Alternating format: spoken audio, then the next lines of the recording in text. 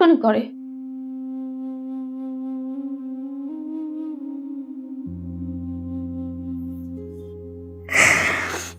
আপনি চিৎকার করার চেষ্টা করেন নাই, বাধা দেওয়ার চেষ্টা আমাকে করেন নাই? বলেছে তুই কি জীবন চাস নাকি চিৎকার করবি, যদি মরতে চাস তাহলে চিৎকার কর।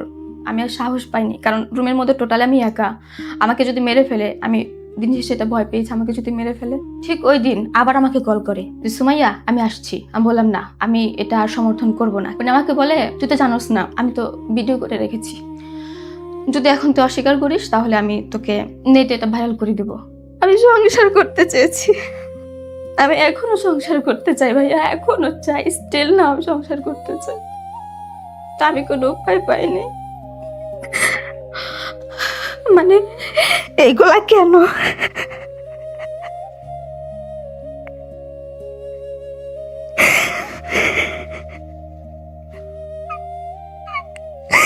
আমি এখন ওই বাসায় যেতে পারি না। ওই বাসায় গেলে আমার তো নিঃশ্বাসটা আটকে আসে। এখনো বাসা ছাড়ি নাই। উনি আসবেন। ওই অভিশপ্ত বাসা আপনি এখনো ছাড়েন নাই? যেই বাসায় আপনার সঙ্গে জোর করে মিলিত হয়েছে, যে বাসায় আপনাকে আটকায় রাখছে, দিনের পর দিন অমানুষিক অত্যাচার করছে, যে বাসা ছেড়ে চলে গেছে, আপনি সেই বাসায় এখনো পড়ে আছেন? এটা আপনার ভালোবাসা বোন?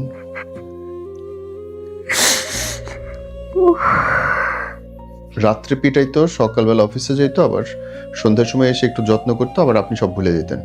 একবার এসেছে ঘুরতে, সেটা হচ্ছে এই যে রবীন্দ্র সরোবর, সবার সামনে আমাকে মারলো। সবাই তাকিয়ে তাকিয়ে দেখলো, কেউ কিচ্ছু করলো না। লাথ আপনার জায়েজ হয়ে গেল? প্রকাশ্য রাস্তায় সবার সামনে আপনার থাপড়ানো জায়েজ হয়ে গেল? একটা শিক্ষিত উচ্চ বংশের মেয়ে, টাকা পয়সা আছে, হাও আপনি অন্য মেয়েদের জন্য সঠিক দৃষ্টান্ত না? এত বড় গাধামি সঠিক দৃষ্টান্ত হইতে পারে না বোন। বিশ্বাস আর অন্ধবিশ্বাসে আকাশ পাতাল পার্থক্য থাকে। সংসার করতে চাওয়া আর আপনি যেটা করতেছেন আমি জানি না এটারে কি কি ভাষা বলে বোন। আমার নিতে এটা কষ্ট আমি হচ্ছে। বোকামি করে ফেলেছি, আর এখনো সংসার করতে চাই। মানুষ জানোয়ারকেও প্রতিদিন মারে না, যেটা আপনার করছে। আমাকে এভাবে টর্চার গুলো করেছে দিনের পর দিন। আমার মার সাথে কথা বলতে দেয় নাই। মা বিল্ডিং এর নিচে নিচে এসে দাঁড়িয়ে থাকছে আমার। আপনি পাগল।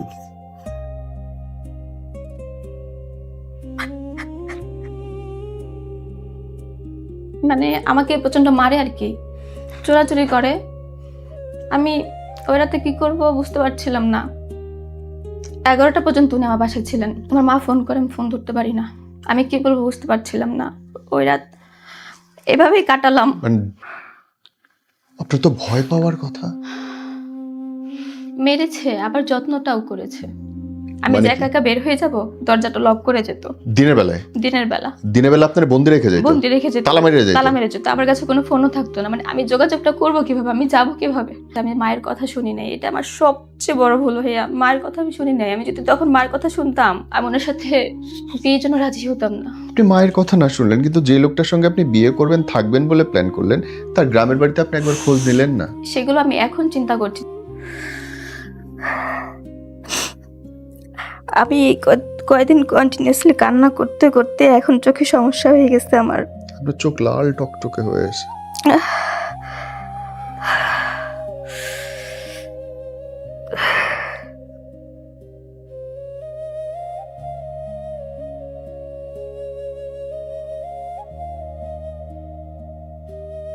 যাক, আমরা পয়েন্ট বলে রাখি। এই যে ঘটনাটা আপনারা এখন শুনছেন, এই ঘটনাটা মহামান্য বিচারকের কাছে বিচারাধীন। তিনি সত্য মিথ্যা সম্পর্কে সঠিক রায় দেবেন, কিন্তু আমরা এই ঘটনাটা প্রচার করছি আপনাদের সচেতনতার জন্য। এবং এই মেয়েটা যে তার নিজের গল্পটা বলছে, সে আপনাদেরকে বলছে যেন আপনারা এরকম কোনো পরিস্থিতির মধ্যে শিকার না হন। সো আপনারা বিচারের ভার অনেকখানি আপনাদের হাতে, আপনারা বুঝবেন, জানবেন কি বলতে হবে, কি করতে হবে। প্লিজ, একটা শিক্ষিত মানুষ, এত অল্প বয়স্ক একটা মানুষ, চোখ ভরা জল, কি হয়েছে সোনা? আমি মাস্টার্স কমপ্লিট করেছি। মাস্টার্স কমপ্লিট করার পর ভাবলাম যে আমি বিদেশে চলে যাব উচ্চতর শিক্ষার জন্য, ডাবল মাস্টার্স এবং পিএইচডি করব। এই জন্য হচ্ছে আমার কোচিং সেন্টারে ভর্তি হওয়া আইএলটিএসের। সেখানে প্রথমে ভর্তি হওয়া আমি একটি স্পোকেন ক্লাসে, ওটা শেষ করে আইএলটিএসের কোর্সটা করতে চেয়েছিলাম। যখন আমার কোর্সটা প্রায় শেষের দিকে, এর মধ্যে ক্লাসে আমি দেখতাম প্রায় 50-60 জন স্টুডেন্ট ছিল। একজন টিচার ছিলেন, ওনার নাম হচ্ছে, সবাই স্যার নামেই চিনেন, উনি মোহাম্মদপুর ব্রাঞ্চে ছিলেন তখন। এবং উনি দেখতাম যে আমাকে একটা এক্সট্রা কেয়ার দেখাতো ক্লাসের মধ্যে, এবং আমাকে বোর্ডে নাম্বার লিখে ইশারা করতো, নাম্বারটা তার মোবাইল নম্বর লিখে, জি জি, যে নম্বরটা সেভ করে জি রাখো। জি, ওকে। আমাকে ইশারা করতো। কিন্তু প্রথম আমি পাত্তা দিইনি, কারণ আমার একটা ইচ্ছে ছিল আমি ফ্লুয়েন্টলি কথা বলবো, এবং আমি হচ্ছে আইএলটিএসটা কমপ্লিট করে, মানে আমার স্পোকেন এটা একটু প্রবলেম ছিল, ওটা শেষ করে আমি বিদেশে চলে যাব, আমার একটাই ইচ্ছে ছিল। কিন্তু একটা সময় গিয়ে উনি আমাকে প্রায় ক্লাসের শেষের সময় গ্রুপ থেকে, আমাদের একটা গ্রুপ ছিল প্রত্যেক স্টুডেন্টের, নাম্বার নিয়ে ওখান থেকে আমাকে উনি কল করেন। এবং তখনও আমার সাথে ওনার স্টুডেন্ট এবং টিচার যে একটা বিহেভিয়ার আছে ওই রকমই ছিল। এবং ওনাকে আমি তখনও বলেছিলাম আমার শুধু একটাই চাওয়া, আমি ভালো একটা স্কোর চাই আইএলটিএসের। নিশ্চয়তা দেয় বা আশ্বাস দেয় যে আমি তোমাকে সাহায্য করব, সর্বাত্মক সাহায্য করব। এরপর ওনার সাথে আমার আস্তে আস্তে একটু কথা হয়, মেসেজ হয়, একটু ঘনিষ্ঠতা একটু বেড়ে যায়। উনি আমাকে কফি ডেটের অফার করে, খাইও কফি একসাথে খাই। তখন তো আপনি সিঙ্গেল, আপনি তো বিবাহিত না? না। ওকে। তো ওই সময়টা হচ্ছে একটা পর্যায়ে গিয়ে উনি আমাকে জানায় আমাকে বিয়ে করবেন। আচ্ছা। একটা সময় গিয়ে প্রায় 5 মাস পরে তখনও স্বাভাবিক প্রেমের সম্পর্ক? জি, মানে এমনি মিশছি, ঘুরছি, ক্লাস করছি, পড়াশোনা করছি। খুব গভীর তো তখনও হয় না না, কোনো কিছুই হয়নি তখন। আমাকে উনি জানান যে আমাকে বিয়ে করবেন। কিন্তু আমার মাঝখান থেকে যে একটা প্রেম ওরকম কিছু ছিল না, একটু ছিল ভালো লাগা, একজন টিচার হিসেবে যে একজন মানে তখন আপনার তরফ থেকে ভালোবাসা সৃষ্টি হয় না? তখনও হয়নি। ওকে। এরপর হচ্ছে উনি আমাকে জানান উনি আমাকে বিয়ে করবেন। যখন এই কথাটা উনি জানান আমি প্রথমে অস্বীকার করি, কিন্তু উনি খুব জেদ ধরেন যে না আমাকে বিয়ে করবেন। আপনি কেন মানে করতে চাইলেন না, সে কেন জিদ ধরলো? উনি আমার মায়ায় পড়ে গিয়েছিলেন, আমাকে এতটুকু বলেছেন যে আমি তোমার মায়ায় পড়ে গিয়েছি, আমি তোমাকে ভালোবাসি, এই কথাটা আমাকে বলেছেন। এরপর আমি আমার মায়ের সাথে দেখা করিয়ে দিই ওনার। উনি আমার মায়ের সাথে দেখা, আপনার মার সঙ্গে টিচার দেখা করে? জি। দেখা করে আমার মা যা আছে সবকিছু খুলে বলে, আপনার সম্পর্কে, আমার সম্পর্কে। ইভেন উনি আমার বাসার সামনে থেকে এসে আমার বাসা বাড়িঘর যা আছে সব দেখে যান। এরপরে উনি আমাকে বলেন যে আমি তোমাকে বিয়ে করব। আমার ভেতরেও একটু ভালো লাগা ছিল একটু, যখন আমি দেখলাম যে না আমার সম্পর্কে সবকিছু শুনে জেনে আমাকে ভালোবাসতে চাচ্ছে, বিয়ে করতে চাচ্ছে, ঠিক আছে। কিন্তু আপনার সম্পর্কে সবকিছু জেনে শুনে মানে কি? মানে হচ্ছে আমার আগে একটা বিয়ে হয়েছিল, আমি যখন এসএসসিটা কমপ্লিট করি ছোট বয়সে আমার একটা বিয়ে হয়েছিল। তো সেটা আমার মাকে বলে দিয়েছে, আমিও বলে দিয়েছি, কিন্তু আমার কথা উনি বিশ্বাস করেননি যে আমি বিবাহিত, আমাকে দেখলে নাকি মনে হয় না, এরকম বলতো আর কি। তারপর হচ্ছে আমার মা বিষয়টা যখন জানতে পারে, ওই দিন যখন দেখা করে, আমার মা বলে যে না আমি তোমার কাছে আমার মেয়েকে বিয়ে দেবো না। কেন? আমার মা এর আগেও হচ্ছে ইতিমধ্যে খোঁজখবর নিয়েছে ওনার সম্পর্কে, অনেকগুলো নেগেটিভ তথ্য পেয়েছে। যেমন এর আগে উনি ফার্মগেট ব্রাঞ্চে ছিল, আমি যখন ক্লাস করেছি তখন মোহাম্মদপুর ছিল, কিন্তু এর আগে ফার্মগেট ব্রাঞ্চে ছিল।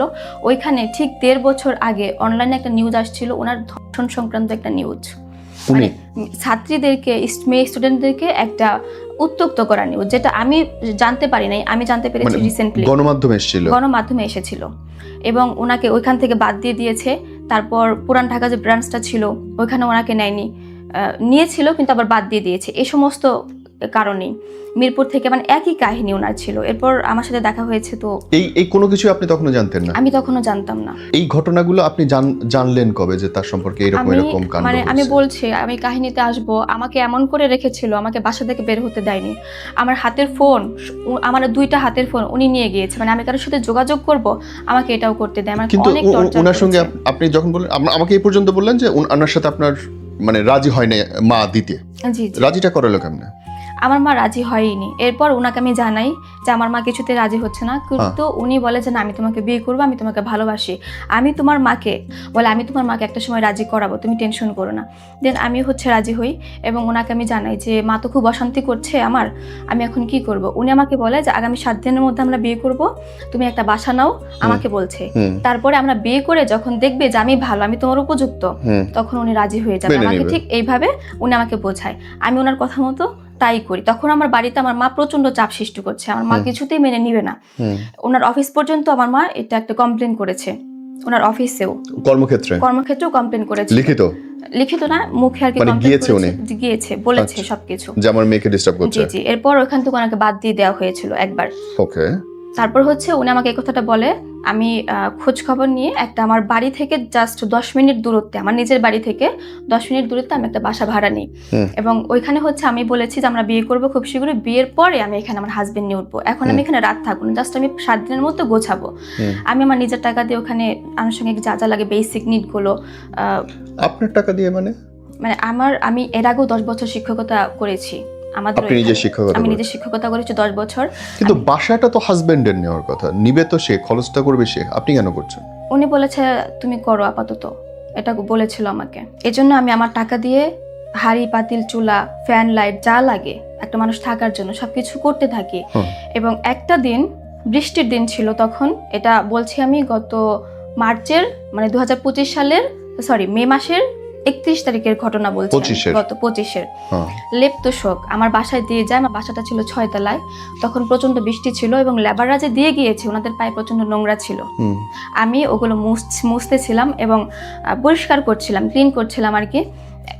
এর আগে মানে ওনার সাথে আমার কথা হয়, উনি বলছে উনি মানিকগঞ্জ যাবে, আমাকে বললো মানিকগঞ্জ যাচ্ছি। এর মধ্যে আমার কোনো কিছু নেই, আমি কাজ নিয়ে প্রচন্ড ব্যস্ত, আমি কাজ করছি, হঠাৎ করে আমার দরজায় নক।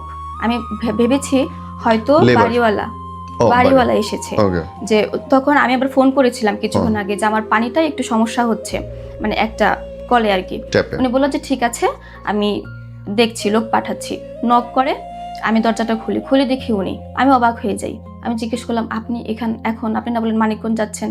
উনি কোনো কথা বলে না, ঠকিয়ে আমার হাতে একটা ফোন ছিল, ফোনটা নিয়ে যায়, উপরের দরজাটা লক করে দেয়। তারপর মানে আমাকে প্রচন্ড মারে আর কি, চোরাচুরি করে, ধর্ষণ করে। আমি ওই রাতে কি করব বুঝতে পারছিলাম না। 7টার দিকে রুমে ঢুকে আমি 9টার মধ্যে আমার বাসায় ব্যাক করব, কারণ হচ্ছে আমার বাসাটা খুব কাছে, রিক্সা নিলে 5-6 মিনিট আমার বাসায় চলে যাওয়া যায়। 11টা পর্যন্ত উনি আমার বাসায় ছিলেন। আমার মা ফোন করে, আমি ফোন ধরতে পারি না, আমি কি বলবো বুঝতে পারছিলাম না। ওই রাত এভাবেই কাটালাম। মানে জোর করে, অথচ সে তো আপনার ভালোবাসার মানুষ, ওর সাথে 2 দিন পরে বিয়ে হবে। আমাকে বলেছে 7 দিন পরে বিয়ে করবে। একটা পবিত্র সম্পর্কের দিকে এগোচ্ছে, আপনাকে তাহলে জোর করবে কেন? অপবিত্র কেন করবে? জানি না, করেছে এটা। আপনি চিৎকার করার চেষ্টা করেন, এই বাধা দেওয়ার চেষ্টা আমাকে করেন? বলেছে তুই কি জীবন চাস নাকি চিৎকার করবি, যদি মরতে চাস তাহলে চিৎকার কর। আমি আর সাহস পাইনি, কারণ রুমের মধ্যে টোটালি আমি একা, আমাকে যদি মেরে ফেলে, আমি দিন শেষে এটা ভয় পেয়েছি, আমাকে যদি মেরে ফেলে। 11টায় উনি চলে যায় আমার রুম থেকে। চলে যাওয়ার পর আমি থাকি, সকালবেলা আমি কাউকে কিচ্ছু জানাই না, ফোনেও না, এমনি কোনো কিচ্ছু বলি না, চলে যাই ক্যানিগঞ্জ মডেল থানায়। ওখানে কি সবকিছু আমি বলি ওনাদেরকে। সবকিছু বলার পর ওনারা একটা মামলা দায়ের করে। আমি মামলা সম্পর্কে এতটা অভিজ্ঞ না, আমি বুঝিও না, এখনো পর্যন্ত বুঝি না আমি কোনটা কি। যখন মামলাটা হয় আমি বাসায় চলে আসি, আমার মেডিকেল করে এই সরকারিভাবে, ওখানে আমি 2 দিন থাকি থানায়। তারপর আমার সাথে মহিলা পুলিশ থাকে এবং সব শেষ করে প্রসিডিউর যা ছিল ওনাদের শেষ করে আমি বাসায় চলে আসি। ঠিক ওই দিন আবার আমাকে কল করে যে সুমাইয়া আমি আসছি। আমি বললাম না, আমি এটা আর সমর্থন করব না, কিন্তু আমি যে মামলা করেছি এটা ওনাকে আমি জানাই না। এটা আমাকে পুলিশে বলতে নিষেধ করে দিয়েছে, আপনি বলবেন না মামলা করেছেন।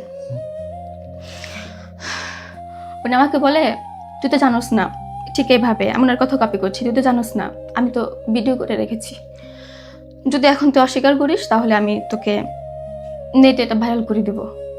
আমি আর কিছু বলি না, ফোনটা রেখে দিই। আমি পুলিশকে কল করি, যে উনি আমাকে বলেন আপনি চুপ করে থাকেন, আমাদের কাছে আমরা করব, আপনি টেনশন নিন না। কিন্তু আমি দেখলাম যে না, উনি আবার চলে আসবে আমার বাসায়। এরপর আমি ট্রিপল নাইনে কল করি। ট্রিপল নাইনে কল করার পর উনি আমার বাসায় আসছে, তার ঠিক 20 মিনিট পর পুলিশ আসছে। পুলিশ এসে ওনাকে ধরে নিয়ে গেছে আমার সামনে থেকে। আমারে তখন বলে সুমাইয়া আমি খুব অসহায়, তুমি তো জানো। উনি আমাকে আবার বলছে ওনার কথা, যে আমি খুব গরিব, আমার বাড়ি নাই ঘর নেই, আমার বাবা নেই, বাবা অনেক ছোটোবেলা মারা গেছে, আমি অনেক কষ্ট করে বড় হয়েছি, অনেক স্ট্রাগল করে পর্যন্ত আসছি, তুমি আমার ক্যারিয়ারটা নষ্ট করো না। উনি আমাকে এই কথাটা বলে। তখন আমার ভেতর থেকে প্রচণ্ড জেদ কাজ করছে যে আমরা তো বিয়ে করব, তাহলে এইটা না করলেও তো হতো, আমরা তো খুব শীঘ্রই বিয়ে করতাম। আমার প্রচণ্ড জেদ কাজ করছিল। আমি কিছু বলি না, ওনাকে পুলিশ নিয়ে যায়।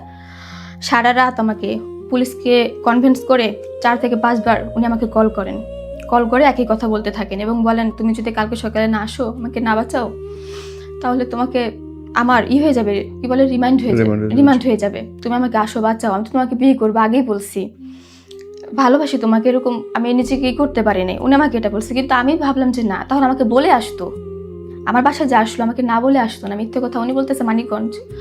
এরপর আমি যাই থানায়। পরের দিন সকালে, যেদিন ওকে রাতে নিয়ে গেল, ওর ভাই কল করলো সারা রাত। পরের দিন সকালে আমি থানায় যাই, কিন্তু থানায় গিয়ে দেখি তখন আর কিছু করার নেই, অলরেডি ফাইল হয়ে গিয়েছে এবং ওকে কোর্টে চালান করে দিবে 11টার মধ্যে।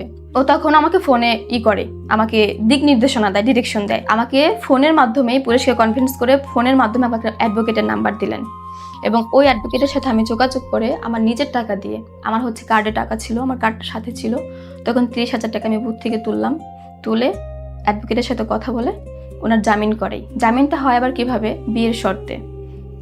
অ্যাডভোকেট আমাকে বলে, যদি আপনি বিয়ে না করেন এই ধরনের মামলায় সাধারণত জামিন হয় না, আপনি আজকে বের করতে পারবেন না। এটা হচ্ছে গত 2025-এর জুন মাসের 3 তারিখের কথা বলছি।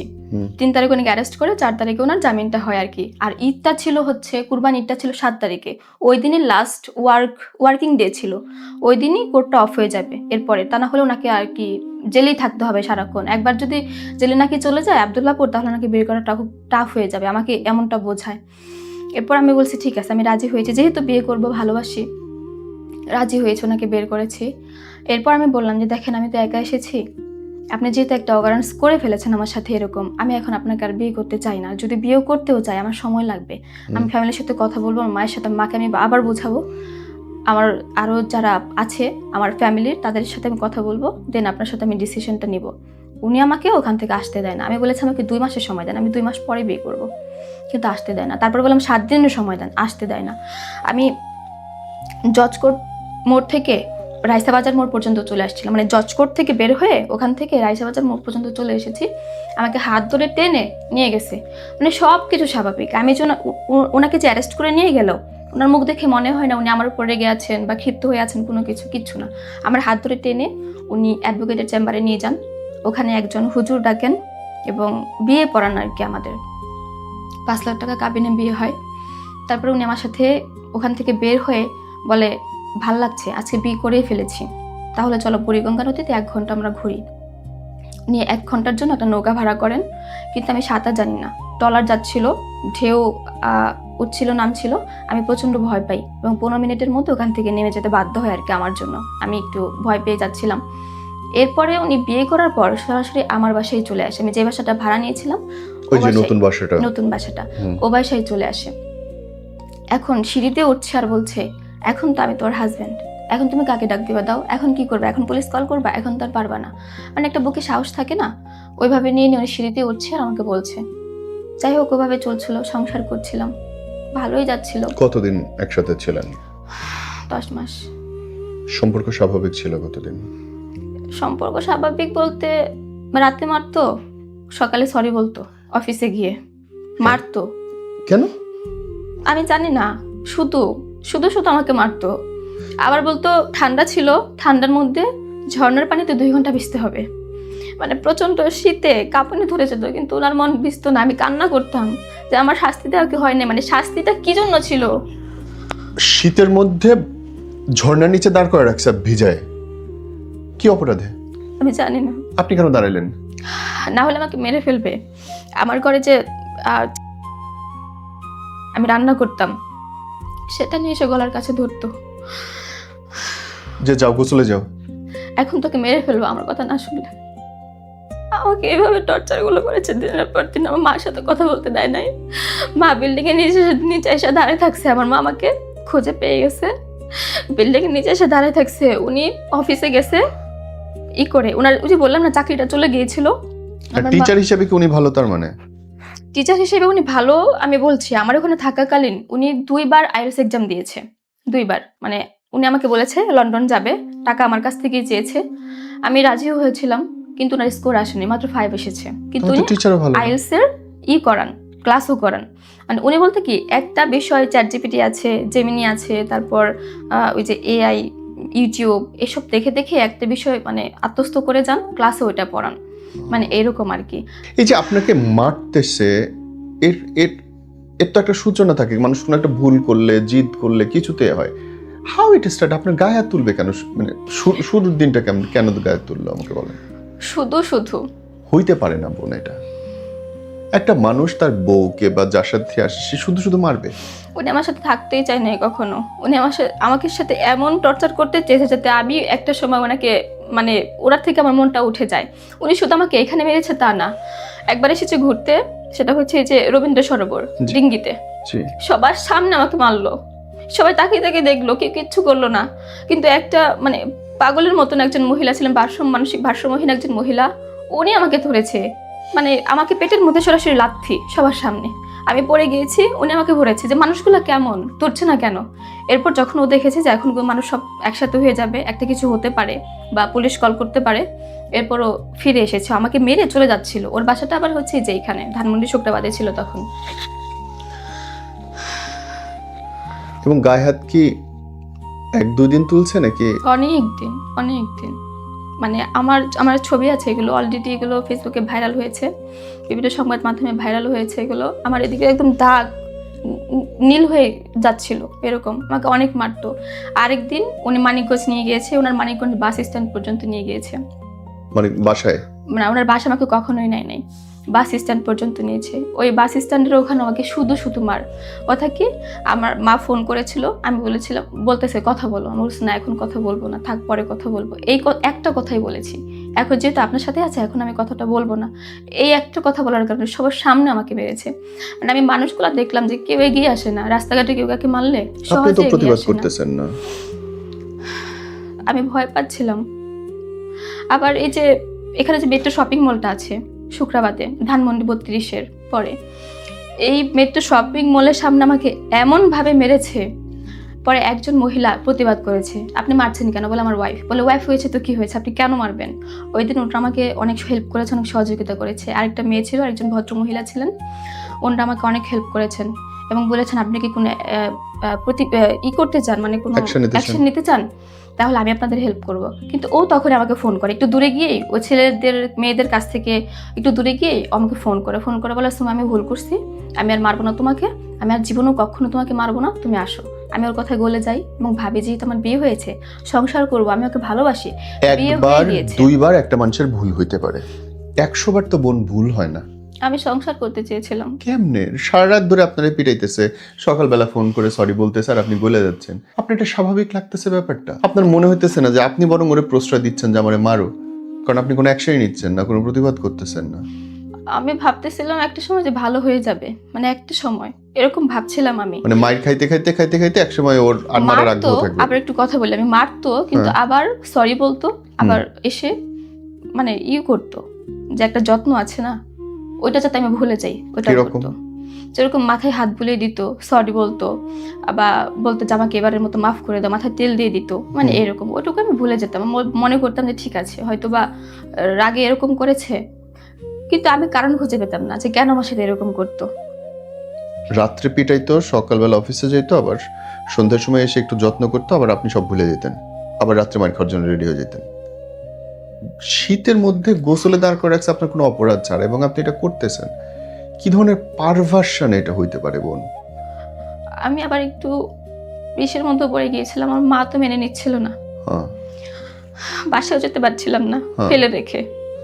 মানে সবকিছু মিলে বাসায় প্রচন্ড কান্না করতাম একা একা, ফেলে চলেও যেতে পারছিলাম না। চলে যাবো কিভাবে? যখন বের হতো তখন লক করে যেত, আমি যে একা একা বের হয়ে যাব, দরজাটা লক করে যেত।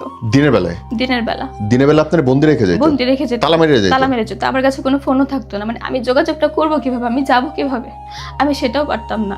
কয় তলা ছিল বাসা আপনার? 6 তলা। তার উপরে আর কোনো ফ্ল্যাট ছিল না? না, আর কোনো ফ্ল্যাট ছিল না। তার নিচে ফ্ল্যাট ছিল? আপনি জানলা দিয়ে কখনো চিৎকার করছেন আমাদের দরজা খুলে দাও? অনেকবার করেছি, কিন্তু চিৎকারটা বাহিরে যায় না। যদি বাহিরে যেত তাহলে কেউ না কেউ এগিয়ে আসতো, অনেক সাউন্ড হয়েছে রাতে। বোন, এটা অস্বাভাবিক লাগলো না যে আমার উপর তলা থেকে কেউ চিৎকার করতেছে? তাহলে কি কেউ এগিয়ে আসতো না? কেউ আসে নাই। এটা কিন্তু বিশ্বাসযোগ্য না। মারামারি হচ্ছে, আমি জোরে কান্না করছি, অনেক জোরে চিৎকার করছি, কান্নাও করছি, আমার যতটুকু ভয়েস ছিল, কেউ এগিয়ে আসে নাই। ও যখন নাই তখন আপনি দরজার ফাঁকা দিয়ে যদি চিৎকার করেন, দরজা আপনার খুলে দেবে না, এটা কেমন অস্বাভাবিক লাগতেছে না বোন? এটা আমি করিনি, মানে দিনের বেলা করিনি। যখন মারতো তখন কান্না করতাম, জোরে জোরে কান্না করতাম, ফুপিয়ে ফুপিয়ে তা না, জোরে জোরে কান্না করতাম। আর এমন জোরে দরজা ধাক্কা মারতো, মানে 2টা রুম ছিল, যে আমার মনে হয় দরজার ধাক্কাই তো বাইরে যাওয়ার কথা, কিন্তু কেউ কখন এসে জিজ্ঞেস করে মানে আপনি দিনের বেলা কোনোদিন চেষ্টা করেন নাই বাইর না। হওয়ার? আমি দিনের বেলা কখনো চেষ্টা সে তালা মেরে যেত, আপনি ওতে খুশি ছিলেন যে ঠিক আছে রাইখা তো গেছে? না, আমি থাকতাম আর কি, ভেতরেই কান্না করতাম, থাকতাম তার ভেতরে মানে আপনি বের হওয়ার জন্য তো চেষ্টাই করেন? না, আমি চেষ্টা করিনি, এই চেষ্টাটা আমি করিনি কেন? কখনো। আমি জানি না এটা কেন আপনি করিনি, তো সেটা আমি বাচ্চা জানি না, না। আপনার 10 বছর বয়সে না, প্রথম বিয়ে আমি মেনে নিলাম, তখন আপনি ছোট ছিলেন।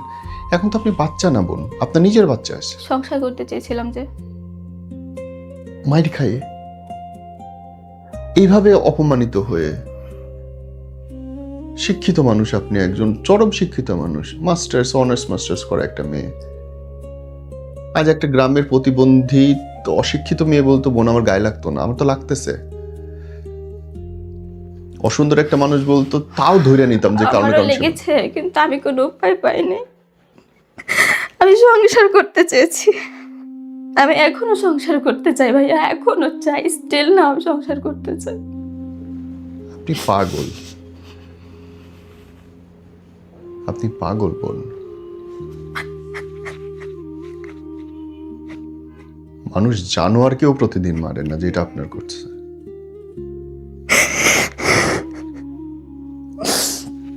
শুধু 1 দিন 2 দিন না, এই ঘটনা সবার সামনেও হয়েছে, গোপনেও হয়েছে, মারামারি এরকম হতো। আমাকে বলছিল যে সুমাইয়া আমরা এরকম থাকবো না, আমি এরকম থাকবো না, আমরা লন্ডন চলে যাব, তোমাকে নিয়ে লন্ডন যাব, তুমি টাকা দিবা। মানে আমার কাছ থেকে 25 লক্ষ টাকা চেয়েছিল।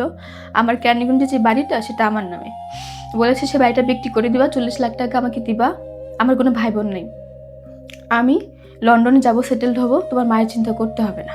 মানে আমাকে দিন শেষে এইগুলো বলেছে। আমি রাজিও হয়েছিলাম। আপনি বাড়ি বেচে দেওয়ার জন্য রাজি ছিলেন তার জন্য? ও যে লন্ডন নিয়ে যাবে আমাকে নিয়ে, আমারই তো হাজব্যান্ড সেটেলড হবে।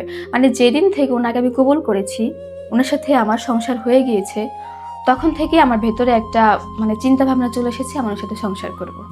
প্রথম ওনাকে আমি বিয়ে করতে যাইনি, কিন্তু যখন মনে হলো আমি বিয়ে করে ফেলেছি, এবং আমি প্রথমে ওনাকে বলেছিলাম যে আপনি বিয়ে যে করেছেন আমাকে নিয়ে সংসার করবেন তো, সারা জীবন থাকবেন তো, আপনি শুরুটাই কেমন যেন শুরু করেছেন, শুরুটাই আপনার ভালো না, সুন্দর না। উনি বলতো আল্লাহর কসম, মায়ের কসম, বাবার কসম, আমি তোমাকে নিয়ে সংসার করব, এরকমভাবে আমাকে বোঝাতো। মানে আমি থাকাকালীন অবস্থায় আমার সামনে আমি দেখিনি কখনো ওনার কথা বলতে, পরিবারে কারোর সাথে যোগাযোগ করে নাই। এরপর আমি একটা পর্যায়ে হচ্ছে একটু হলাম, মানে আপনার বাসায় এবার আমাকে নিতেই হবে, আমাদের বিয়ে অনেকদিন হয়ে যাচ্ছে। উনি আমাকে বলে আইএলটিএস এক্সামটা দিয়ে নে, স্কোরটা আসুক তারপরে আমি যাব। স্কোর আসলো না, মাত্র 5 আসলো। আরেকবার আইএলটিএস এক্সাম দিল, তাও স্কোর আসলো না, 5 আসলো। আমি বললাম আমি আর স্কোর মানি না, এবার আপনার বাসা আমাকে নিতে হবে। আপনার বাসা তো মানিকগঞ্জ, আমাদের ক্যানিগঞ্জ থেকে খুব বেশি দূরে না, আমাকে নিয়ে যান এবার আপনি। আমার অনেক টাকা ছিল, 15 লক্ষ টাকা। আমার বাবা এই সংসারে কি সেই কোনো ইনভেস্ট করতেছে? কোনো ইনভেস্ট করেনি। চাল ডাল, বাসা ভাড়া, বিদ্যুৎ বিল সবকিছু আমি করছি। আপনি তার মানে টাকা পয়সায় বাসা ভাড়া দিয়ে একটা ছেলেরে রাখছেন, ব্যাপারটা তাই দাঁড়াইছে? যে এরকমই, ঘর জামাই রাখছেন? এইরকমই। বাহ। আমার বাবা বিদেশে থাকেন, উনি 15 লক্ষ টাকা আমাকে দিয়েছিলেন। আমার ব্যাংক স্টেটমেন্ট আছে, জমানো উঠানো সব কিছু আমার ডকুমেন্টস আছে, এবং ওই টাকাগুলো উঠিয়ে উঠিয়ে ওনাকে আমি দেই। যদি একটা সিনেমাও দেখতে হয় আমাকে নিয়ে বসুন্ধরাতে, সেই টাকাটা আমার কাছ থেকে নিয়ে নেয়। এইভাবে উনি নিচ্ছে। মানে চলে কেন গেল, কোন প্রেক্ষাপটে? বলছি, বলেছিলাম শুরুতে যে একটা মামলা করেছিলাম, মামলা, সেই মামলাটা শেষ হচ্ছিল না, মানে জামিন হয়েছিল, ওনাকে যায় হাজিরা দেয়, জামিন হয়। এখন উনি আমার কাছ থেকে টাকা আনে 2 লাখ করে, পিপিকে দিতে হবে, আবার টাকা আনে 50,000, ডেট আগাতে হবে। মানে 3 মাস পর পর একটা ডেট দিচ্ছিল। উনি আমাকে বলে আমার তো লন্ডন চলে যাব, আমি আবার আইএলটিএস দিব, তুমি চিন্তা করো না, আমার 6.5 আসবে, তুমি টাকা দিবা, তোমাকে নিয়ে চলে যাব। তো এই যে মামলাটা যদি থাকে আমরা যেতে পারবো না। আর বলে তোমার টাকাই তো শেষ হচ্ছে, তোমার টাকা মানে আমার টাকা, এখন তোমার টাকা যে শেষ হচ্ছে, তুমি কি চাও যে এভাবে আরো টাকা যাক, আমরা তাড়াতাড়ি শেষ করে ফেলি, মামলাটা তুমি উইথড্র করো। এরপর আমি ধাপে ধাপে 3-4 বার জাজের সামনে দাঁড়িয়ে জবানবন্দি দেই, এবং আমি বলি যে আমার হাজবেন্ড এবং আমি দুজন স্টুডেন্ট বিষয়ে চলে যাব, ইউকে যাব। আমার হাজবেন্ডকে খালাস করে দেন, মামলাটা থেকে মওকুফ করে দেন। মানে বিচারককে আপনি বলেন সেটা? বিচারককে আমি বলি। বিচারক আমার কথার উপর ভিত্তি করে সেই মামলাটা একবারে খালাস দিয়ে দেয়। খালাস দেয় হচ্ছে 10 মাস পরে। আচ্ছা। মার্চ মাসের 30 তারিখ 2026 সালের। এই 10 মাস আমাকে মেরেছে, ধরেছে, আমার টাকা নিয়েছে, ভালো ব্যবহারও করেছে, ঘুরেছেও, মানে সব কিছু মিলিয়ে আর কি সংসার যেমন যায়, ভালো মন্দ সব কিছু। না, সংসার এরকম যায় না বোন। সংসারে হাজবেন্ড কাজ করে, সংসারে হাজবেন্ডে টাকা দেয়, সংসারে হাজবেন্ডরা বউয়ের গায়ে হাত তোলে না, এইভাবে যায় না। দায়িত্ব হাজবেন্ড না, এখানে দায়িত্ব আপনি ওয়াইফ নিছেন। জি। এইভাবে সংসার যায় না, এটা সংসার না। এরপর মামলাটা শেষ হয় 30 তারিখ। 31 তারিখ থেকে আগে তার যেরকম আচরণটা ছিল পুরোপুরি আচরণটা চেঞ্জ। যেদিন মামলা শেষ হয়, যেদিন মামলা শেষ হয় তার পরের দিন থেকে 30 তারিখ মামলা শেষ হয়, 31 তারিখ থেকে আমি আর তাকে চিনতে পারছি না। কেমন? পুরোপুরি চেঞ্জ। আমার দিকে তাকায় না, আগে যেরকম কথা বলতো, ফোন করে খোঁজখবর নিত, মানে ফোন করে না, এই যে কি বলে ওইটাকে, বাসায় এসে যে একটা খোঁজখবর নিত, আমার কাছে ফোন ছিল না কোনো। তারপর টেসিটি নিচে ছিল, টেসিটিতে ফোন করতো, গিয়ে একটু দেখে আসেন তো, একটু কথা করে আসেন, দরজার বাইরে থেকে একটু কথা বলে আসেন যে ও ঠিক আছে কিনা, নিত। মানে তারা গিয়ে দেখতো বাইরে তালা দেওয়া এবং ভিতরে কথা বলতো, আমি আছি, আপনি ঠিক আছেন? আমি জি ঠিক আছি, এরকম মাঝে মধ্যেই হতো। কি বলেন আপনি? এগুলো সাইকো থ্রিলারের মুভির মতো লাগে আমার কাছে। নিচ থেকে একটা দোকানদার উঠতেছে উপরে, বাইরে থেকে তালা দেওয়া একজনের সাথে কথা বলে চলে আসতেছে। এটা আবার আমাকে কিভাবে কনভিন্স করেছে, তোমার মা এসে তোমাকে নিয়ে যাবে, যদি তালা দিয়ে না দেখে মানুষজন নিয়ে আসবে, তোমার মা তোমাকে তুমি খুলতে বাধ্য হবা। কেন আমি তালা ভেঙে খুলতে পারবে না তোমার মা? এইভাবে আমাকে আর কি বুঝিয়ে। আপনি এটা বুঝলেন না যে মা তো দুইটা বাড়ি মারলে তালাও ভেঙে যাবে? আমার এখানেই ভুল হয়ে গেছে, আমি মায়ের কথা শুনি নাই, এটা আমার সবচেয়ে বড় ভুল হয়ে, মায়ের কথা আমি শুনি নাই। আমি যদি তখন মায়ের কথা শুনতাম আমি ওনার সাথে বিয়ের জন্য রাজি হতাম না। আপনি মায়ের কথা না শুনলেন, কিন্তু যে লোকটার সঙ্গে আপনি বিয়ে করবেন, থাকবেন বলে প্ল্যান করলেন, তার গ্রামের বাড়িতে আপনি একবার খোঁজ নিলেন না? এটা কি ধরনের কথা বোন? সেগুলো আমি এখন চিন্তা করছি, যে আমি এখন যে খোঁজ খবরগুলো নিচ্ছি, আপনি গিয়ে বাসার ফ্লোর মুছতেছেন, আর একটা বাসা নেবেন, অথচ আপনি ওর গ্রামে যাইতেছেন না খোঁজ নেওয়ার জন্য। ওরা আসলে এখানে আমার ভুল হয়ে গেছে, মানে ও যা বলেছে আমি সেটা বিশ্বাস করেছি, আর নিজের মা বাপকে ভুলে গেছে। আমি সব ভুলে গেছি। আমি যে নিজে থেকে একটু খোঁজ খবর নিব, আমার সেটা মাথায় আসে নাই। এটা কি ক্লাস করা? এটা বিয়ে করা? কারো গ্রামের বাড়ি খোঁজ না নিয়ে বিয়ে করে ফেলবেন আপনি? আমি যখন জানতে পারলাম ওনার ভাই ছিল না, ওইটা আমি আকাশ থেকে পড়ে গেছি। আমার সাথে কিভাবে মানে যত্ন করে আমাকে ঠকাইলো, আমি এইটা অন্তত আমি আশা করি নাই যে ওনার ভাই। আমার এখনো মনে হচ্ছে তাহলে ভাই এত কিছু জানে কিভাবে? উনি হয়তো শিখিয়ে দিয়েছে, এটা এখন আর কি বুঝতে পারছি। যখন আমাকে ছেড়ে চলে গেছে আমি খোঁজ খবর নিলাম, তো এইভাবে আর কি আমার খোঁজ নিচ্ছিল। 31 তারিখ 31 তারিখ মামলা শেষ হলো। 31 তারিখ মামলা শেষ হলো, 31 তারিখ থেকে আমাকে আর চিনে না। বাসায় আসে, এসে কেমন যেন মানে আছে না হাজব্যান্ড ওয়াইফের একটা, মানে মনে হচ্ছে যে আমরা আছি আর কি, এমনি ভাই বোন আছি। 31 তারিখ থেকে আসছে, খাচ্ছে, আমি রান্না করছি, ওরকম কথা না, কোনো কিছু না। এরপরে আমাকে 7 তারিখে অফিসে যায়, অফিসে গিয়ে আবার উনি বাসায় আসে দুপুরে খাবার জন্য, দুপুরের দিকে বাসায় এসে আমাকে বলে আমি তোকে নিয়ে সংসার করবো না। 7 তারিখে কেন? এতদিন মামলার ভয়ে তোর সাথে আমি ছিলাম, এখন তোর সাথে আমি সংসার করবো না, স্পষ্ট করে আমাকে বলে দেয়। আমি আর ওটা মেনে নিতে পারি না। তখন আমি খুব রাগারাগি করি, উনি আবার অফিসে চলে যায়, অফিস থেকে আবার রাতে আসে। ওই রাতে আমাকে প্রচন্ড মারে, আবার মারে, মেরে আঘাতগুলো মানে করতেন কেমন করে? বা হাত দিয়ে, মানে উনি অনেক সুঠাম দেহের অধিকারী, 5 ফিট 10 ইঞ্চি এবং সুঠাম দেহের অধিকারী। উনার এক হাতের সাথেও আমার পারা পসিবল না, মানে উনি এরকম ধরলে আমার পক্ষে নড়াই পসিবল না। মারতো মাথায়? হ্যাঁ, মারতো। এই পাশটা বেশি মেরেছে, মানে থাপ্পড় দিত। আমার কাছে ছবি আছে, ছবিগুলো দেখলে বুঝতে পারবেন যে এরকম ভাবে আমাকে মারতো এবং মেরে ধরে তারপরের দিন চলে যায়। এরপরে আমার ফোন ছিল iPhone 16 Pro Max এবং আরেকটা ছিল Redmi A5, ওই দুইটা ফোন ওনার কাছে ছিল। এরপর ওই দুইটা ফোন উনি নিয়ে নিয়ে যাওয়ার পর ওই দিন আর তালা লাগায় না। তারপর আমি বের হয়ে আমার মার সাথে আমি যোগাযোগ করি যে মা আমার সাথে এগুলো বলছে আমাকে। আমার মা এর আগে মামলার কথা জানতো না, এর আগে মানে বিয়ে করেছে এটা শুনেছে আর কি, মানে আমার সাথে শারীরিক মিলন হয়েছে সেটাও জানতো না। আমার সাথে এই 10 মাসে আমার মার একটা দিনও দেখা হয়নি। আপনি ফোন করার ট্রাই করেন নাই? করেছি, কিন্তু আমি পারি নাই। মানে আমার ওই যে যখন রাতে বাসায় আসতো আমি ফোন করতে চাইতাম, আমার বাসায় আবার হচ্ছে কি আমার মার একটা বাটন ফোন, আমার মার স্মার্টফোন নেই। স্মার্টফোন ছিল যে এখন যেটা আমি নিয়ে এসেছি এটাতে শুধু ওয়াচ শুনতো, এটার মধ্যে সিম ছিল না। এখন ও আমার হাজব্যান্ড আমার কাছ থেকে 2টা ফোন নিয়ে যাওয়ার পর থেকে এখন আমি ফোনটি ইউজ করছি। এটা আমার ও বাসায় ছিল এবং নেটওয়ার্ক পেতো না রাতের বেলায়, আমার মা বাসায় ঘরের মধ্যে থাকতো। আর হচ্ছে আমি যখন ফোন করতাম বা ফোন করতে চাইতাম আমাকে বলতো ফোন করতে হবে না, মানে হাত থেকে ফোনটা নিয়ে যেত। জোরাজোরি করলেও যে মার খেতাম, মারই তো কত খাওয়া যায়, আমার তো একটা শরীর মানে সারা শরীর ব্যথা হয়ে যেত। আমাকে ডক্টরের কাছে পর্যন্ত মারতো, আবার ডক্টরের কাছে সেই নিয়ে যেত।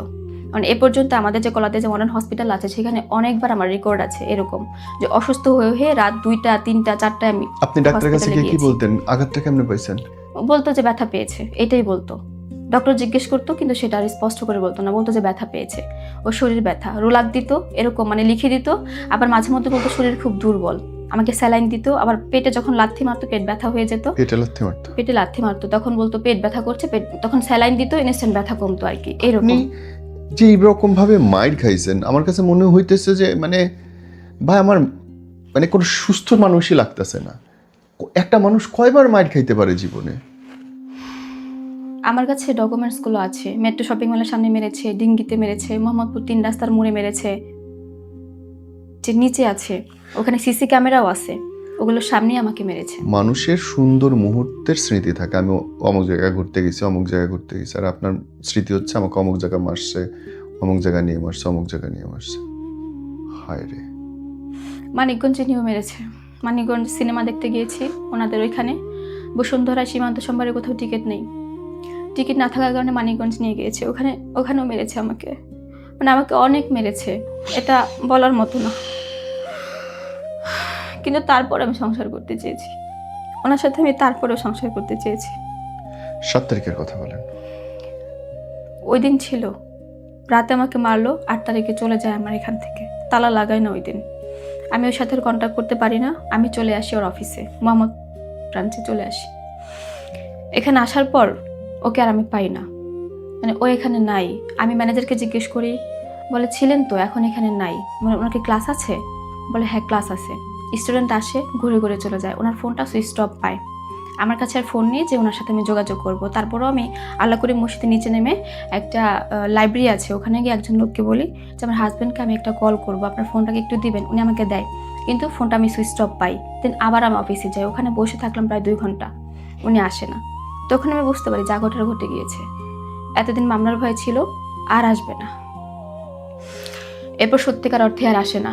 আমি আমার বাসায় যাই, এই ফোনে আমার সিম নেই, মানে আমার নামে যে রেজিস্ট্রেশন করা সিমটা ছিল সেটা তুলে আবার এখানে নেই, আমারটা দিয়ে আমি ট্রাই করি। এরপর ফোন সুইচ স্টপ পাই, কিন্তু হোয়াটসঅ্যাপে ওনার সাথে আমার 2-1 বার কথা হয়েছে। আমাকে একবার বলে তোকে নিয়ে সংসার করব, কিন্তু আমার মানিকগঞ্জে থাকতে হবে। ওনার এলাকাটা হচ্ছে নিতান্ত একটা চর, মানে যমুনা নদীর ওই পারে, কোনো রিক্সা নাই, কোনো গাড়ি নাই, কোনো হসপিটাল নাই, কোনো কিছু নেই। বলে ওইখানে যাবি, ওখানে ধান সিদ্ধ করবি আমার মায়ের সাথে, ওইখানে এভাবে থাকবে। আমি বলছি ঠিক আছে। বলে আমি থাকবো সিলেট, আমি সপ্তাহে 1 দিন যাবো, আমি নাও যেতে পারি, আমাকে এরকমভাবে বললো। এরপরে হচ্ছে আমি ওনার সাথে আরও কন্ট্রাক্ট করি যে ঠিক আছে আমার ভুলটা হয়েছে কোথায়, আপনি আমাকে ধরে দেন, আমি আমার ভুলগুলো শুধরে আপনার পা ধরে ক্ষমা চাইবো। আপনি যদি বলেন প্রকাশ্যে পা ধরে ক্ষমা চাইতে, আমি তাই করবো। আপনি আমাকে নিয়ে সংসার করেন, আপনি আমাকে ছেড়ে যান না। ওনাকে আমি বিভিন্নভাবে বলতে থাকি। আমি বলেছি ঠিক আছে, সব দোষ আবার মেনে নিলাম, তা আপনি আমার কাছে আসেন, আমি আপনার পা ধরে মাপ চাইবো, আপনার পা ধরে থাকবো, আপনি যেভাবে রাখবেন আমাকে আমি সেভাবেই থাকবো। ওনার আমি এটা বলি, কিন্তু আসে না। পরে হুট করে আমার মনে হলো যে উনি আমাকে নিয়ে আর সংসার করবেই না, কারণ আমার মামাতো ভাই, আমার খালু, আমার ওখানকার যে কাজিনরা রয়েছে, আমার এলাকার যে গণ্যমান্য ব্যক্তিগুলো রয়েছে, সবার মাধ্যমে আমি শুনতে পাই। আমাকে বলে সুমাইয়া তোর হাজবেন্ড কল করেছে, তোকে নিয়ে সংসার করবে না, এতদিন মামলার ভয় ছিল, এখন আর সংসার করবে না। আবার আমি ওনার সাথে কন্ট্যাক্ট করি, কিন্তু উনি আমার কাছে বলে যাচ্ছে একবার বলে সংসার করবো, একবার বলে করবো না, স্পষ্ট করে কোনো কিছু বলে না। তো এর মধ্যে আবার উনি একজন অ্যাডভোকেট, ওনার স্টুডেন্ট নাকি ছিল আর কি, পুরান ঢাকা শাখার একজন অ্যাডভোকেটের মাধ্যমে আমাকে ফোন করে বলে যে স্যার আপনাকে নিয়ে সংসার করবেন, আপনাকে ছেড়ে দিতে চাচ্ছে। আমি বললাম কীভাবে ছেড়ে দিবে, এমনি নিয়ে ছেড়ে দেবে আমাকে? মানে আমার দোষটা কোথায়? আমাকে যদি একটা দোষ দেখায় তারপর আমার কাছ থেকে যাক, বা উনি আমাকে বলুক যে এখানে তোমার সমস্যা আছে, আমি ওটা সমাধান করি, আমি ওটা নিজেকে শোধরানোর চেষ্টা করি। আর আমার মনে হয় না এই 10 মাসের মধ্যে আমি ওনার সাথে অনেক অন্যায় করে ফেলেছি। উনি দিনে বাসায় থাকতোই না, রাতে আসতো 10টায়, আমার বাসায় একটা ফ্রিজ, অনেকবার বলেছেন একটা ফ্রিজ কিনেন, একটা ফ্রিজ কিনেন, বা আমি আমার টাকা দিয়ে ফ্রিজ কিনি, আপনি আমার কাছ থেকে এত টাকা নিন না, আমাকে একটু হেল্প করেন, আমার টাকাটা দিয়ে আমি ফ্রিজ কিনি। উনি বলছেন না, ফ্রিজ কেনার দরকার নেই। রাতে মাছ নিয়ে যেত, রাতে রান্না করতাম 12টা-1টা পর্যন্ত, খেতে খেতে 2টা হতো, আবার ঘুমাতেও চলে যেত। মানে ওনার সাথে আমার দেখাই হতো অতটুকু। আসলে আমি রান্নায় ব্যস্ত হয়ে যেতাম, খেতে ঘুমিয়ে পড়তাম, আবার সকালে চলে যেত, এতটুকুই ছিল। তো ওই সময় আমি বললাম যে ওনার সাথে আমি অন্যায়টা এতটুকু সময়ের মধ্যে কি করে ফেলেছি। টাকা পয়সাও দিলাম, লন্ডন যাবে সেটেল করেও দিতে চাইলাম, উনি আমার বাড়ি বিক্রি করে পর্যন্ত ওনাকে আমি সেটেল করে দিতে চাইলাম, 40 লাখ টাকা চেয়েছে, তাও রাজি হলাম। তাহলে আমার ভুলটা কি ছিল? উনি বলে সেটা আমি জানি না। উনিও মানে এই কথাই বলছে, ডিভোর্সের পক্ষেই কথা বলছে, আপনি ডিভোর্স দিয়ে দেন ওনাকে, স্পষ্ট করে আমাকে এই কথা বললো। আমি বলেছেন আমি ডিভোর্স দিব না, আর যদি ওনার কোনো কথা থাকে তাহলে আমার এলাকায় আসুক, আমার ফ্যামিলির আমার এলাকার বাসী সবাইকে আমি জানিয়েছি যে আমার সাথে এই করেছে। মুরব্বীরা কথা বলবে, উনি যদি আমার সাথে নাও থাকতে চায় বা থাকতেও চায়, আমাকে বলে থাকবো, ওদের সবাইকে বলে থাকবো না, তাহলে আমার সামনে এসে কথা বলো। কিন্তু উনি দিন শেষে আসে না। হঠাৎ করে আমার মনে হলো যে না, আমার তো যা যাওয়ার চলেই গেছে, টাকা গিয়েছে, মান সম্মান গিয়েছে, একটা বিয়ে, হসপিটালে যেতে বলতো আমি সুমাইয়ের হাজবেন্ড, ওইখানে আমার এলাকায় সবাই আবার আমাকে চিনে, কারণ আমি 10 বছর শিক্ষকতা পেশায় ছিলাম। আর ওখানে আমি একজন শিক্ষিত একজন পার্সন, কোনো প্রবলেম হলে কেউ আমার কাছে আসতো। আর আমার এলাকার বেশিরভাগ স্টুডেন্টই মানে আমার হাত দিয়েই গড়া। এমন মেয়ে আছে, ওরা 2জন বাচ্চার মা হয়ে গিয়েছে, আমার স্টুডেন্ট, বা ছেলেরাও, একজন ছেলের বাবা হয়ে গিয়েছে, বাচ্চার বাবা হয়ে গিয়েছে, আমার স্টুডেন্ট। পড়িয়েছেন আমি অনেক ছোটবেলা থেকে টিউশনি করি, তো ওই হিসেবে আমার একটা পরিচিতি আছে, সম্মান আছে। হ্যাঁ, তো আমাকে সবাই চিনতো, দোকানে যেতাম, কসমেটিক্সের দোকানে, বলতো আমি সুমাইয়ের হাজবেন্ড, মানে সবার কাছে পরিচিতিটা উনি দিয়ে ফেলেছে। আমার বাসায় যেতাম, উনি আমাকে নিয়ে যেত, কিন্তু আমার বাসায় ঢুকতাম না কখনো। আমার বাসার এলাকা যে আছে ওখানে চা খেতাম, কফি খেতাম। আমি অনেকবার বলেছি আমার বাসায় যাই, বলেছেন না। আমার এলাকার লোকজন ঠিক ওনার সাথে আমাকে দেখেছে যে উনি আমার হাজবেন্ড, আমার এলাকার মানে জানাজানি যত রকম হওয়া দরকার হয়ে গিয়েছে। তো এই যে এখন জানাজানি যে হলো, আমি ওনাকে বললাম যে ঠিক আছে আপনি আসেন, আমার সাথে সংসারটা করেন বা না করেন, এলাকা যেহেতু জানাজানি হয়ে গেছে আপনি এটা সমাধান করেন। কিন্তু উনি আর আসে না। তারপর আমি ভাবলাম যে ঠিক আছে, আমার আর এইভাবে হবে না, আমি মামলা করি একটা। এরপর আমি কোর্টে যাই, কোর্টে ওনার নামে একটা মামলা হয়, এবং মামলাটা হচ্ছে জাজ আমার কথা শুনে, এবং আমার সিচুয়েশন তখন এমন ছিল যে আমাকে মেরেছিল, যে এ পাশে দাগ একদম হয়ে গিয়েছিল, দাগ পড়ে গিয়েছিল, আমি এখন ট্রিটমেন্ট নিয়েছি। এরপর জাজ সরাসরি হচ্ছে FIR দিয়ে দেয়, মানে অ্যারেস্ট যেটা আর কি, ওইটা দিয়ে দেয়। তারপর আমাকে অ্যাডভোকেট বলে উনি আপনার সাথে যেহেতু প্রতারণাটা করেছে, আপনি আগের মামলাতে আবার উচ্চ আদালতে আপিল করেন। যেহেতু আপনার টাকা পয়সা নিয়ে গিয়েছে, উনি যদি সংসার না করার থাকতো উনি শুরুতেই বলতে পারতো যে সংসার করব না, টাকা পয়সা নেওয়ার দরকার নেই বা এগুলো। এরপর উনি এটাও করেছেন, উচ্চ আদালতে আগের মামলাটা আপিল করেছেন। এরপর আমি বাসায় আসি, বাসায় আসার পর আমি খুব কান্না করছিলাম।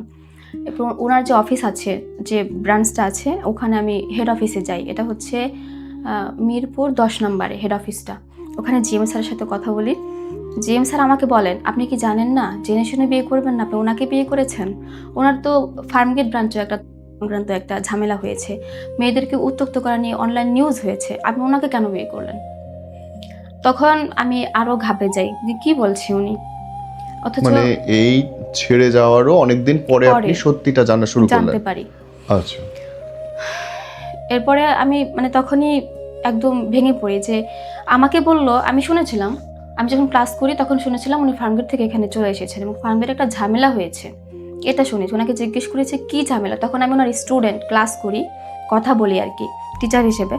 বলে আমি টাকা পেতাম, আমার টাকা ম্যানেজার দিচ্ছিল না, যে কেন ওনার গায়ে হাত তুলতে গিয়েছিলাম, এই জন্য আমাকে ওখান থেকে বাদ দিয়ে দিয়েছে, এই জন্য আমি মোহাম্মদপুরে এসেছি, আমাকে এই কথা বললাম, এটার উপরে বিশ্বাস করে আছি। কিন্তু ওইখানে গিয়ে যখন আমি এটা শুনতে পারি জিএম স্যারের কাছে এই কথাটা, তখন আমি আকাশ থেকে পড়ে যাই, যে আসলে সবাই যা বলেছে তা তো সত্যি। আমি এতদিন একটা মিথ্যের মধ্যে ছিলাম, একটা বিভ্রান্তির মধ্যে ছিলাম, একটা প্রতারণার মধ্যে আমি ছিলাম।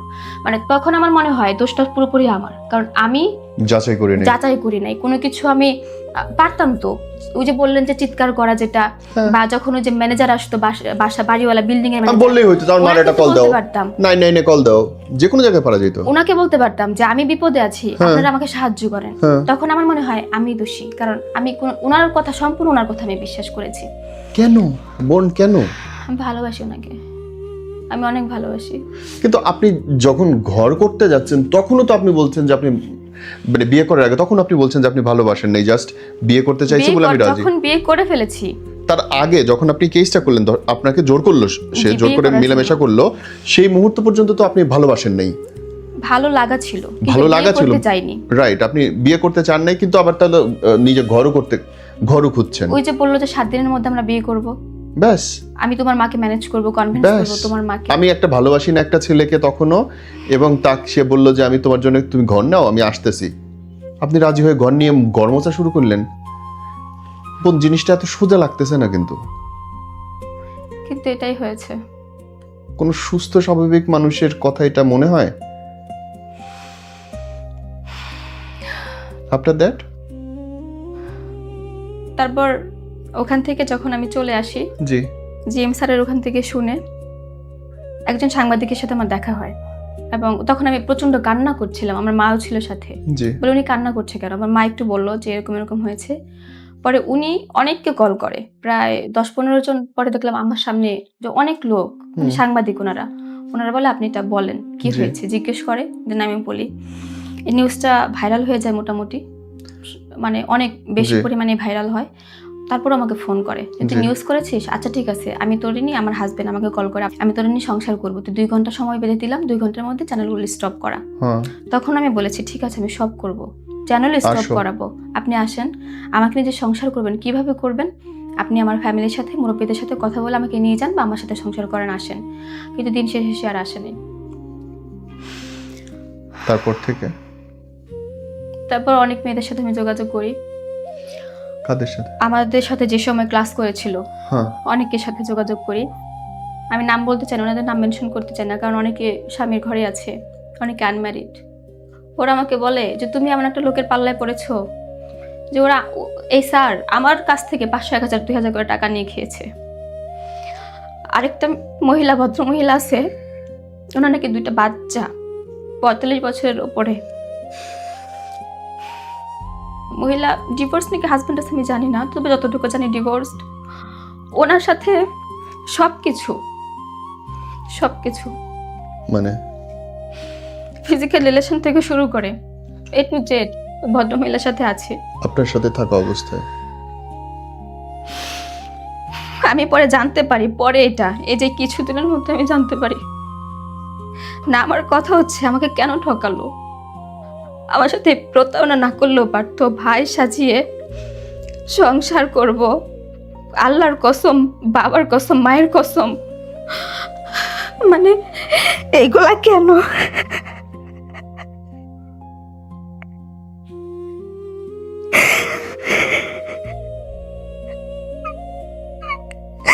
আমি এখন ওই বাসায় যেতে পারি না, ওই বাসায় গেলে আমার তো নিঃশ্বাসটা আটকে আসে, এখনো বাসা ছাড়ি নাই। উনি আসবে, ওই অভিশপ্ত বাসা আপনি এখনো ছাড়েন নাই? যেই বাসায় আপনার সঙ্গে জোর করে মিলিত হয়েছে, যে বাসায় আপনাকে আটকায় রাখছে, দিনের পর দিন অমানসিক অত্যাচার করছে, যে বাসা ছেড়ে চলে গেছে, আপনি সেই বাসায় এখনো পড়ে আছেন? এটা আপনার ভালোবাসা বোন?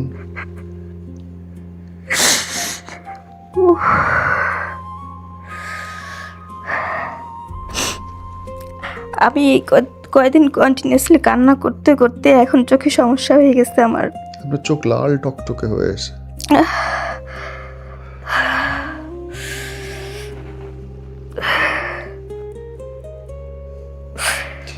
মাফ করবেন যদি বাজে একটা কথা জিজ্ঞেস করি। আপনি বলছিলেন যে আর একজন মহিলার সঙ্গে তার শারীরিক সম্পর্ক। বিবাহিত জীবনে কি আপনার সঙ্গে তার স্বাভাবিক সম্পর্ক ছিল? জি স্বাভাবিক মেলামেশা ছিল? জি, এদিক দিয়ে সবকিছু স্বাভাবিক ছিল। তাহলে ওই মহিলা কোত্থেকে আসলো আবার? ওই মহিলার সাথে নাকি দিনে মাওয়া চলে যেত। মহিলার নাকি একটা প্রাইভেট কার ছিল, আমি জানি না আমার নিজস্ব কিনা, মাওয়া চলে যেত। এটা আমি পরবর্তীতে খোঁজ পেয়েছি, এবং ওনার এই ব্যাপারটা ওপেন সিক্রেট, মানে এটা অনেকেই জানে, শুধু আমিই পরে জানতে পেরেছি। কিন্তু ওনার এই ব্যাপারটা আগে থেকেই সবাই জানে, শুধু আমিই জানতে পারিনি। আমি তারপরেও সন্দেহ করেছিলাম, যখন আমি ক্লাস করতাম, ওনার স্টুডেন্ট ছিলাম। আমি যখন প্রথম ওনার ক্লাসে গেলাম, দেখতাম যে ভদ্রমহিলা প্রায় 45 ঊর্ধ্ব মহিলা, ওনাকে চকলেট দিচ্ছে। ওই মহিলা নাকি আবার বিদেশে যাতায়াত করে, যাওয়া আসা করে, ওনাকে চকলেট দিচ্ছে। তো একদিন ওই ভদ্রমহিলার পাশেই আমি বসেছি, পাশের সিটে আমি বসেছি।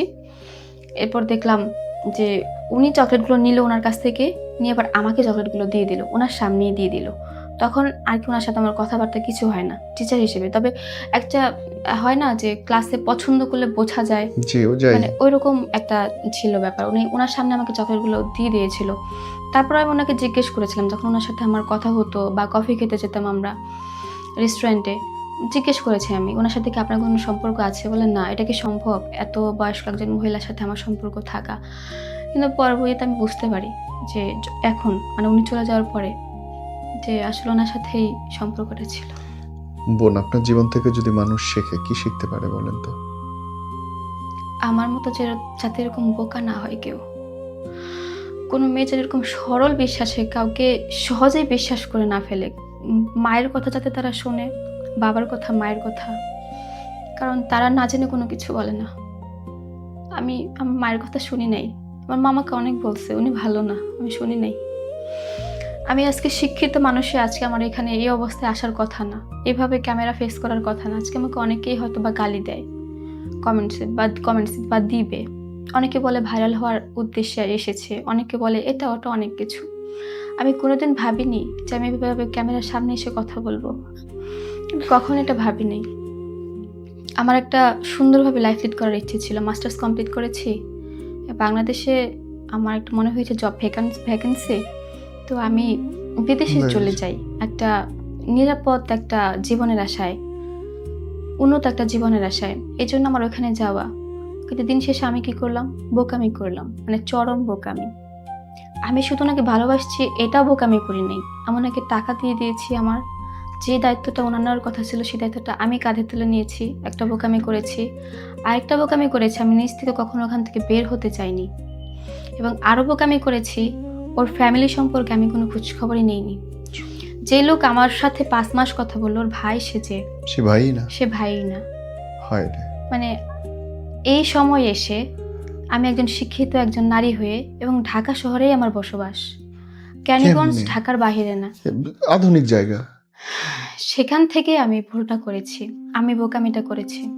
বোন, আমাকে একটা প্রশ্ন উত্তর দেন। আপনি মামলা বিচারাধীন বিচারক, মহামান্য বিচারক তিনি রায় দিবেন এটার কি আসল ঘটনা, কিন্তু আমার প্রশ্ন, এত অত্যাচার, এত মারপিট, এত আটকায় রাখা, এত বাজে আচরণ, তারপরেও আপনি কেন এখনো বলছেন আপনি তার সাথে সংসার করতে চান? কি এমন মধু, কি এমন ম্যাজিক আমাকে বোঝান এই ছেলের মধ্যে? ভাইয়া শুরুতেই বলেছি আমার ছোটবেলা একটা বিয়ে হয়েছে, তো আরেকটা বিয়ে হয়ে গিয়েছে। তো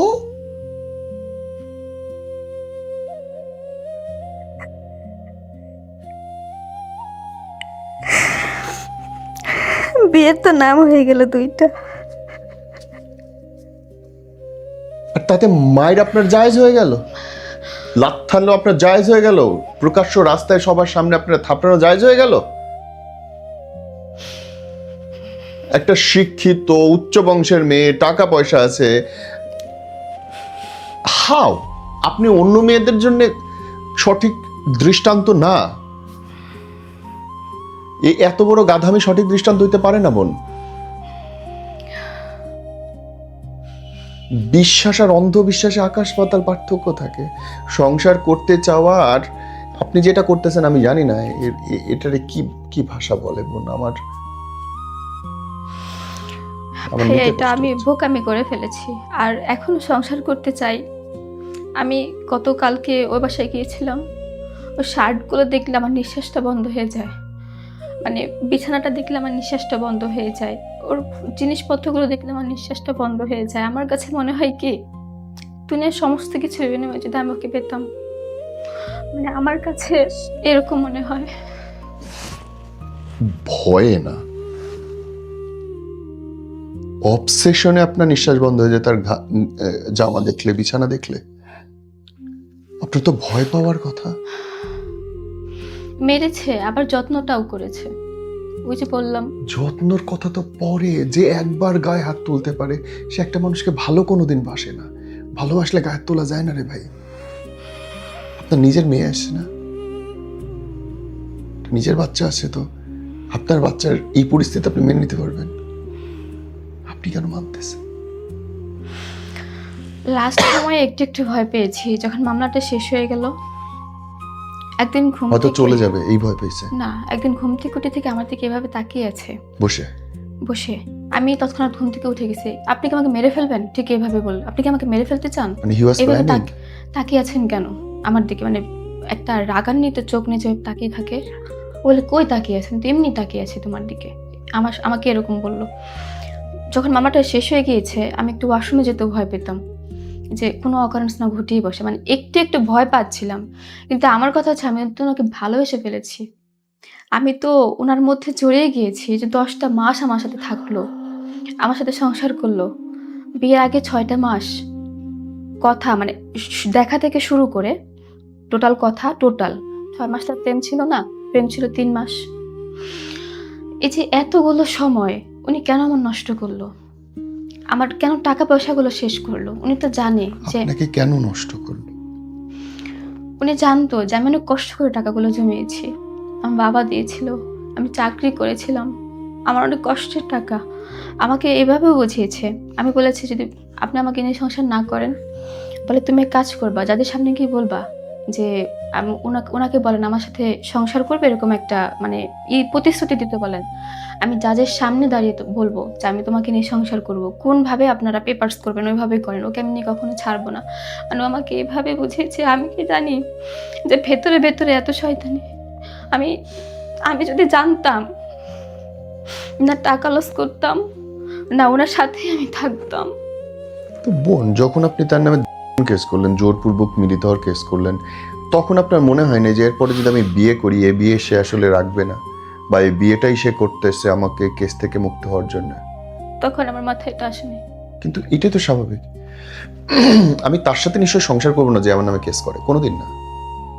তাতে যা হয় হয়ে যাবে, এটা তো রিয়ালিটি। কিন্তু উনি আমাকে বিয়ে তো করলো, আমি তো তখন জামিন করিয়ে দিয়েছিলাম, বিয়ের আগেই জামিন করিয়ে দিয়েছিলাম। আমি বলেছিলাম এবার আপনাকে আমি জামিন জামিন করিয়ে করছেন, দিয়েছি, কেস তো শেষ হয়নি। কিন্তু শেষ তো হয়ে যেত। 9 মাস পরে না হইতো না, আপনি আবার গিয়ে জামিন ক্যান্সেল করাইতে পারতেন। বাংলাদেশের এক পক্ষের আইন তো, এটা সবাই জানে। বাংলাদেশের মেয়েদের যে ছেলেরা এরকম ধোকা দেয় লম্বা সময় ধরে, তার অন্যতম কারণ এটা, যে আইনে আপনি না বললে সে কোনোদিন মুক্তি পাবে না। আইন এত বেশি বাজে করে বানানো, এবং এই কারণে অনেকেই কাজ করে। কিন্তু এটা তো আমি একজন মানুষ হিসেবে বোঝার কথা। যে লোকটাকে আমি জোরপূর্বক মিলিত হওয়ার কেস দিলাম, সে আমার সাথে আনন্দ নিয়ে সংসার তো করার কথা না ভাই। আমি তো বুঝি নাই ভাই, আমি কিচ্ছু বুঝি নাই। হয় আমি কেস দিব, না হলে আমি সংসার করব। হয় আমি ফাইট করব তার প্রতিবাদের, অথবা আমি এটাকে প্রেমের অত্যাচার হিসেবে নিয়ে নিব। দুটোই পথ ছিল, আপনি দুটো তো মিলিত করে ফেলাইছেন, তাই না? ওই মুহূর্তে ছেড়ে দিলে ওরা শাস্তি হওয়ার হইতো, অথবা ঠিক আছে 7 দিন পরে বিয়ে করতে চাইছো, চলো তুমি মিলিত হয়ে ফেলাইছো, চলো এই মুহূর্তে বিয়ে করে ফেলি, সেটাও হয়ে যেতে পারতো। আবেগে হয়েছে, ঠিক আছে আমি বিয়ে করে ফেলাইলাম, আল্লাহর কাছে মাপ চাই নিলাম, সেটাও হইতে পারতো। কিন্তু দুইটা একসাথে মিলিত হয়তো ঝামেলাটা হয়ে গেছে। আপনার সেটা মনে হয় না যে এই ঘটনাটা করতে পারতো? আমি তখন বুঝি নাই, মানে ওই যে বললাম না, যে ওনার চোখে মুখে রাগ, কোনো কিচ্ছু আমি দেখিনি। যেদিন আমাকে বিয়ে করলো, জি, আমি তো ওনাকে মামলা দিলাম, অ্যারেস্ট সেদিন করাইলাম, তো তার মুখে রাগ থাকার কথাও এবং না, সে কারণ যে বের হলো হ্যাঁ, আমাকে নিয়ে ঘুরছে, চিল করছে, বিয়ে করেই বুড়িগঙ্গায় ঘুরছে নৌকা নিয়ে। কারণ ওর তো সমাধান হয়ে গেছে, ও তো বুঝছে যে কয়েক মাস থাকবে তারপর বের হয়ে যাবে এই সম্পর্ক থেকে। উনি খুব ধৃত একটা লোক, মানে আমি Yeah. বুঝতে পারিনি, খুবই বুদ্ধিমান True. একজন লোক, আমি Understood. বুঝতে পারিনি। আমার সরল বিশ্বাস নিয়ে উনি খেলা করেছে, কিন্তু আমি দিন শেষে ওনার সাথে সংসার করতে চেয়েছি। এটাই আমার কাছে এখনো একটা বিরাট প্রশ্ন। বোন, লাস্টলি শেষ 2 মিনিট যদি আপনি আপনার হাজবেন্ডের জন্য কিছু বলতে চান অন ক্যামেরায়, এই ক্যামেরায় বলেন। আমি ওনাকে বলতে চাই, উনি আসুক আমার কাছে, আমাকে নিয়ে সংসার করুক। তবে এইভাবে সংসার করবে, এভাবে একটা অ্যাসুরেন্স আমাকে দিবে, আমাকে কখনো ছাড়বে না, আমার উপর কখনো অত্যাচার করবে না, আর টাকার জন্য কখনো প্রেশার দেবে না, যৌতুকের জন্য কখনো প্রেশার দেবে না। উনি আসুক, আমার সাথে সংসার করুক। যেহেতু উনি আমার সাথে সংসার করেছে, আমার সাথে থেকেছি, আমি আর আর চাই না, মানে ওনাকে চাই। উনি আসুক, ভালো হয়ে আসুক। ওকে, আমরা শেষ করছি। Dancer he weeps in a low, trembling cry.